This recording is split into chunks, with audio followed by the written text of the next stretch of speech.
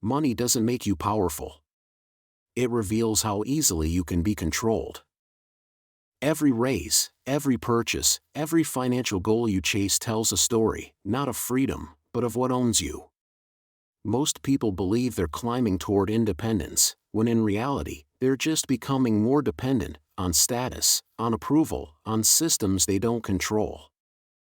This video breaks down how power really works through money, not just how to earn it, but how to use it to build leverage, protect your position, and influence others without speaking a word. Drawing from the strategic mindset of Machiavelli, we'll explore 12 timeless principles that expose the truth about money in today's world, how it's used, how it shapes behavior, and how the truly powerful stay in control while everyone else chases. If you want to stop being manipulated by the system and start designing one of your own, this is where it begins. Rule 1: Money is not power, it only reveals it. You've seen it play out 1,000 times. Someone gets a raise, a woman inherits wealth, a startup closes a massive round, and suddenly they act louder, flashier, more arrogant, convinced that money itself has elevated them. But if you watch closely, you'll notice something else: the powerful don't change. Only the weak do. Because money doesn't create character, it magnifies it. It brings to the surface what was already buried inside. The coward hides behind his new status. The manipulator becomes generous only when there's something to gain. The fool buys what he imagines intelligence looks like. That's why Machiavelli's first lesson is this: don't chase money to feel powerful, build power, discipline, strategy, and reputation first, and let money become the signal of your control, not the source of it. Otherwise, you'll end up rich and still be weak. And there's nothing more pitiful than a man who owns wealth but commands no respect, a man with property but no presence. Machiavelli watched kings fall, not because they were poor, but because they mistook their gold for fear and their fortune for authority. Real power isn't when people obey you because of your status, it's when they shift their behavior before you even speak, simply because of your mind. Rule 2: Wealth without mystery is vulnerability.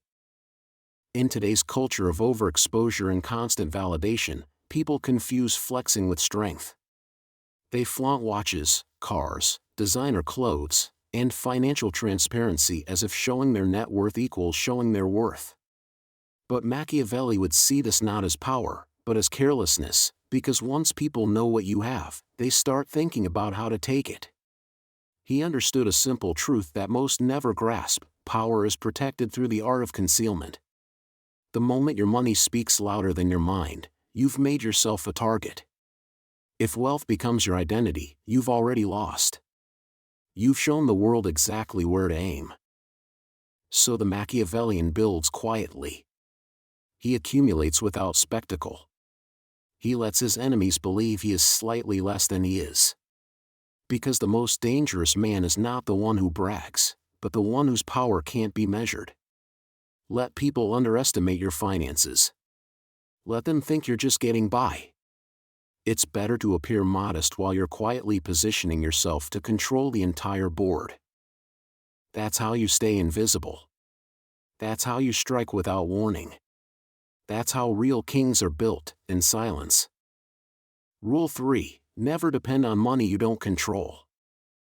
This is the trap that destroys most people. They think that earning money means owning power, but if your money can be frozen, taxed away, restructured, or erased by someone else's decision, then you don't own wealth at all, you're just borrowing it. And Machiavelli feared that kind of dependence far more than poverty. Because the moment your livelihood depends on a system you don't control, you become manageable. The second someone else's approval determines your survival, you're no longer a sovereign individual, you're a well-dressed captive. So ask yourself honestly, is your income built on your own infrastructure, or on someone else's platform? Could your lifestyle collapse with a single phone call? Are you truly financially strong, or just temporarily comfortable?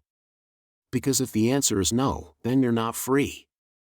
You're decorated. You can be well-fed and still be owned. Because the one who controls your access, controls you. And as long as someone else feeds the lion obeys. A Machiavellian mind doesn't just chase wealth, it fortifies it. He builds financial systems that operate in the background, quiet, untraceable, and untouchable. Multiple streams, hidden assets, income that doesn't rely on trends, followers, or public approval. Money that keeps flowing, even in silence. He doesn't need to impress or perform, because when people rely on you financially, words become irrelevant. You don't have to demand obedience, they'll offer it willingly. They'll tiptoe around your silence, apologize for things you never mentioned, and call it compromise while slowly submitting to your gravity. That's not fame. That's not fear. That's control through economic weight.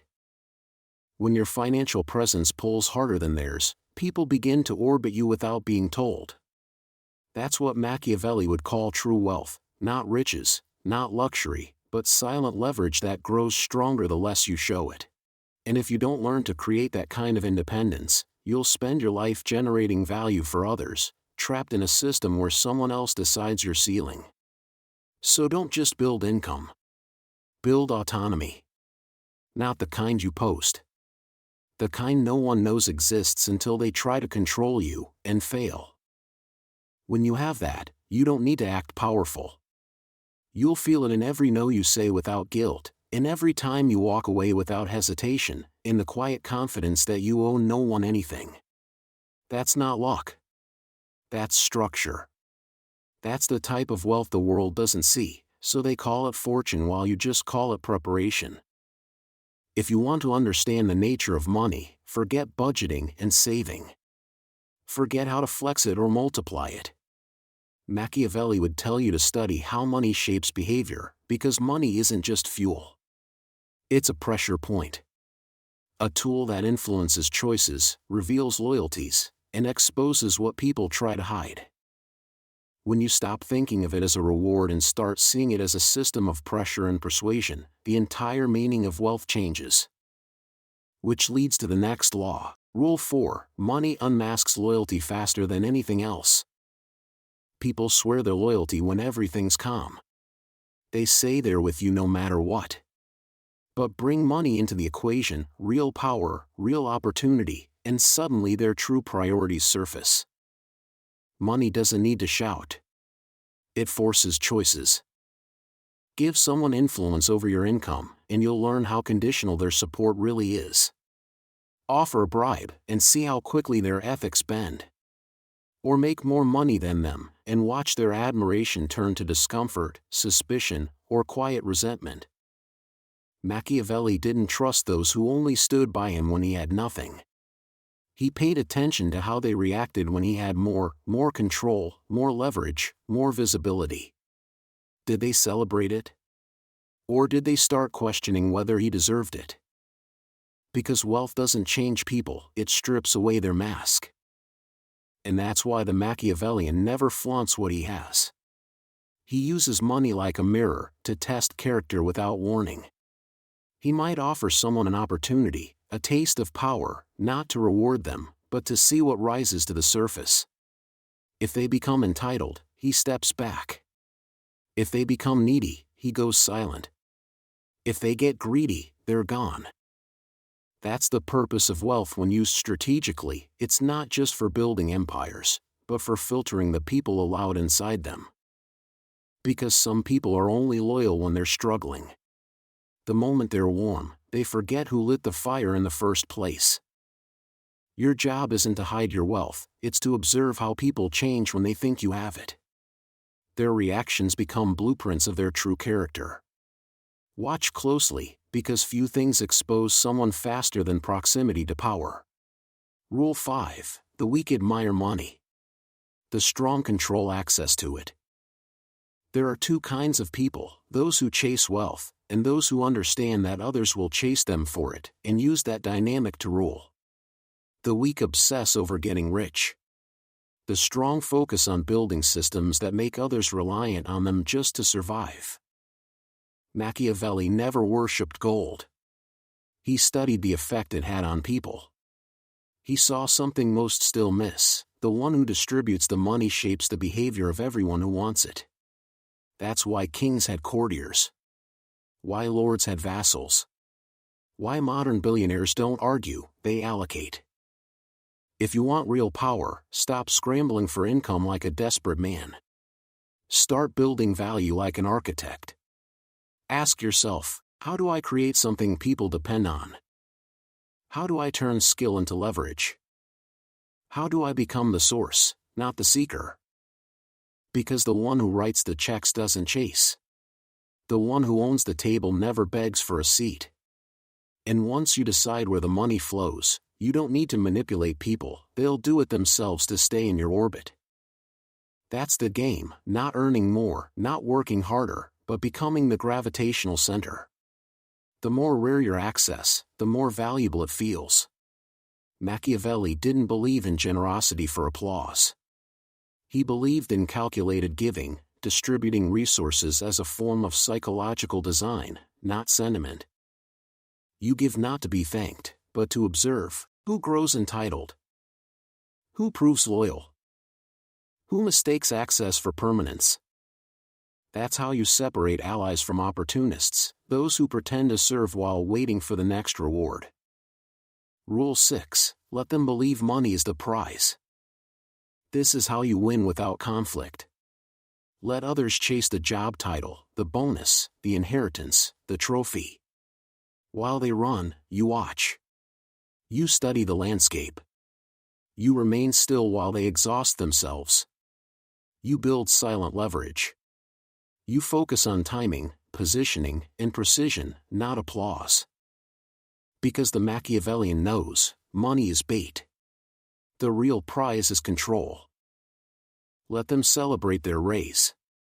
You own the company that issues it. Let them fight over fractions. You own the formula. Let them build reputations over decades. You build psychological dependence, something that keeps them serving you long after the transaction ends. Because money disappears. But a debt of value, social, emotional, strategic, lasts for years. The truly strategic don't get rich to be admired. They get rich to walk away from things others crawl toward. To say no without trembling. To move in silence while others chase visibility. Machiavelli wouldn't waste time showing off. He would sit quietly, observe who tenses at the mention of money, and silently calculate, who's useful? Who's a threat? Who's predictable? That's power, not through noise, but through insight. Not by owning the gold, but by understanding how gold reveals people's weaknesses. Once you understand this, you stop playing the game and start engineering it. You don't just make money, you master the machine that moves it. To those who don't understand the nature of money, it looks like everything. But to those who do, it's just a lever, one that only works because people believe the illusion behind it. And that illusion isn't wealth. It's security. Money doesn't truly promise power. It promises protection. From chaos, from failure, from being ordinary. Machiavelli understood, the most loyal people aren't the ones you pay the most. They're the ones who fear what life would look like without you. Rule 7. Use money to create comfort, then control the fear of losing it. Because people don't work harder for more. They work harder to avoid losing what they already have. That fear is stronger than greed. And fear, when used with precision, becomes obedience in disguise. Once someone becomes accustomed to a certain income, lifestyle, or level of recognition, they begin to attach their identity to it. Their sense of self fuses with what their wealth grants them: comfort, access, attention. Give someone just enough status, just enough visibility, and then quietly let them feel it slipping away. You won't need to demand obedience. They'll offer it. They'll overcommit. They'll self-edit. They'll obey rules you never had to speak aloud. Not because they fear you, because they fear losing the version of themselves they became through you. This isn't cruelty. It's design. A recognition that economic anxiety shapes human behavior more than logic ever could. And Machiavelli wouldn't use that understanding to exploit, he'd use it to position. He wouldn't issue threats. That's far too obvious. He'd delay a response, withhold praise, let their name fade from the conversation. He wouldn't cause panic, just enough uncertainty to make them wonder, did I lose my place? And in that subtle discomfort, people reveal how tightly their dignity is tied to their comfort. Because here's the Machiavellian truth, most people will do anything to avoid going backward. Not because they're greedy, because they've confused their self-worth with their standard of living. So the real game isn't giving people money. It's giving them an identity that requires money to maintain. Then simply observe how far they'll go to protect it. That's how empires were kept intact, not by blood, but by salaries, rituals, and tokens of status that could vanish at any moment.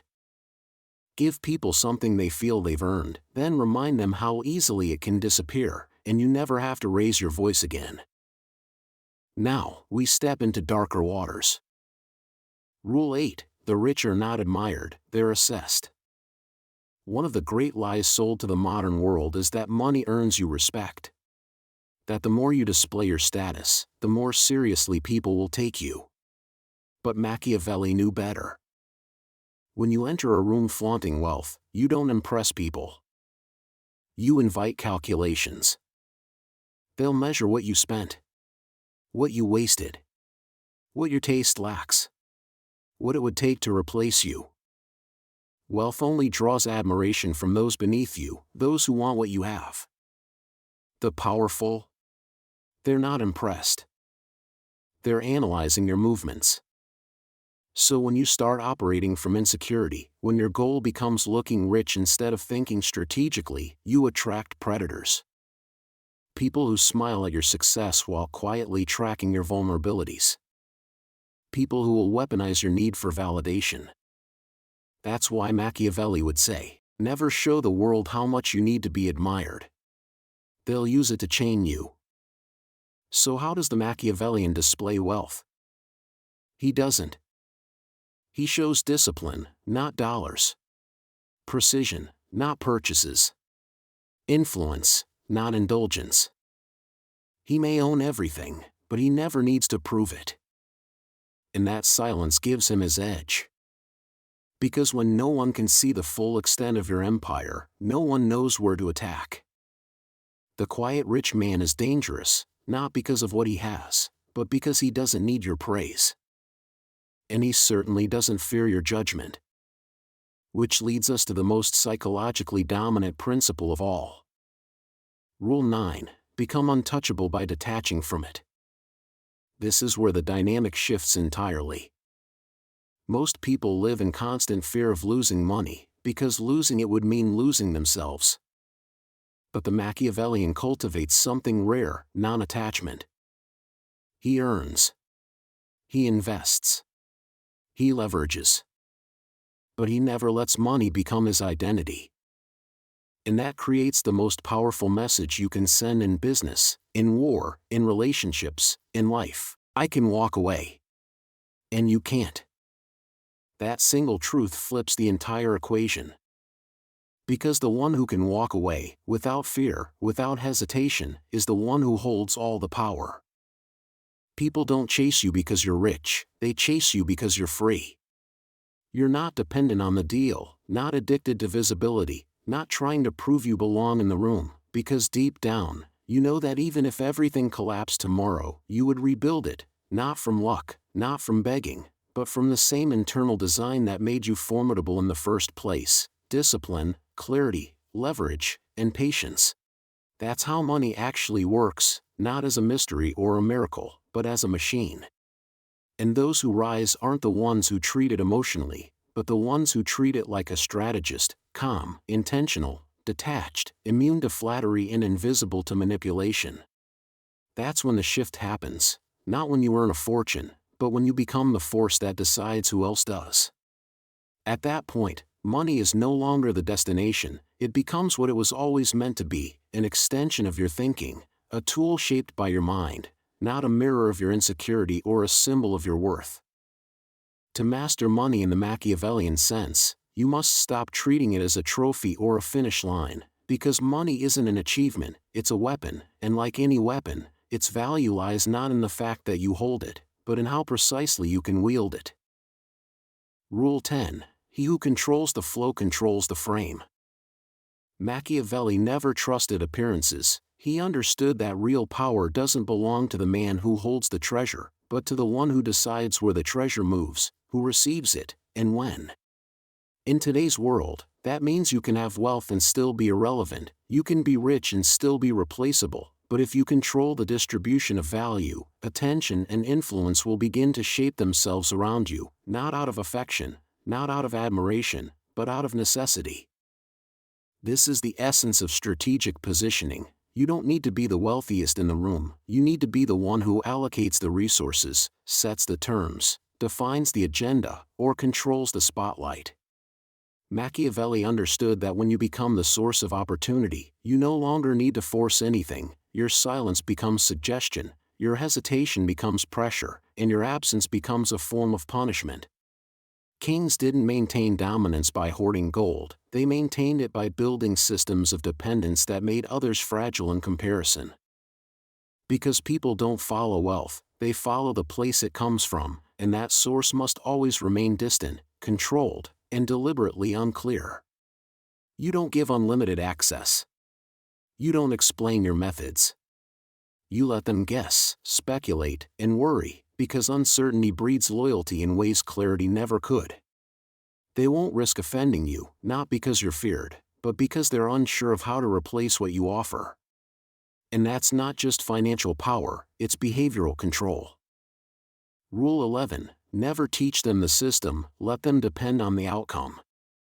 In a world obsessed with content, tutorials, and blueprints, everyone wants to appear generous by sharing how they did it, but the Machiavellian thinks differently.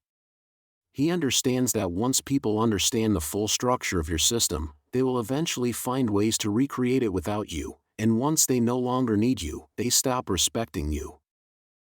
So instead of teaching the process, you let people benefit from the results without ever revealing the architecture behind them. You give just enough to earn trust, just enough to spark belief, but never enough to be imitated. You offer clarity without replication, insight without instruction, value without transparency. This is how power was preserved in old dynasties, not just through wealth, but through legacy and selective access. The elites didn't publish playbooks, they raised heirs and protected bloodlines. They taught their own, but never empowered outsiders to reach their level. Because the less people understand your rise, the more mythical your success becomes, and once that myth takes hold, it becomes more valuable than money itself. It turns into psychological capital, an aura of certainty others will follow, not because they fully grasp it, but because it works, and in a world ruled by appearances and insecurity, effectiveness is often more powerful than explanation.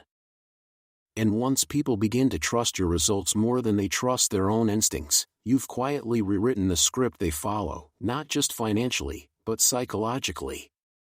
That's when you stop being a source of money and start becoming a source of meaning. And once someone sees you that way, they no longer try to compete, they only try to remain close. That's what makes you irreplaceable. Rule 12. Build a life where money is present, but never loud. This is what separates those who are merely rich from those who are truly powerful. The rich discuss money. The powerful don't need to. They move in spaces where wealth is assumed, not announced. They're surrounded by people who understand value on an instinctive level, measured not by numbers, but by positioning, timing, silence, and leverage. They no longer chase. They've reached equilibrium.